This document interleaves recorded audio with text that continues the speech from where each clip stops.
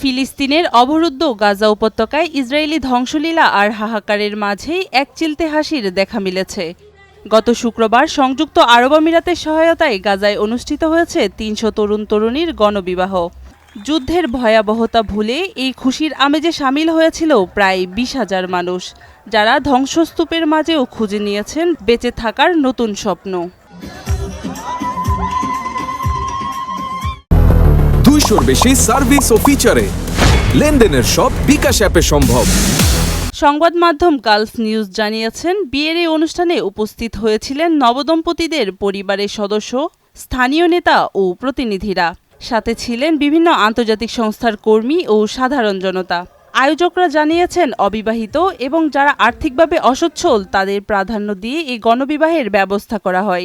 বিয়ের পাশাপাশি তাদের অন্যান্য সহায়তাও করা হয়, দেয়া হয় বিভিন্ন উপহার। কোরআন তেলাওয়াতের মাধ্যমে আয়োজনটি শুরু হয়। এরপর একে একে পড়ানো হয় বিয়ে। এতে ফিলিস্তিনি সংস্কৃতিকে প্রাধান্য দেয়া হয়। অনুষ্ঠানে আমিরাত ও ফিলিস্তিনের জাতীয় সঙ্গীতও বাজানো হয়।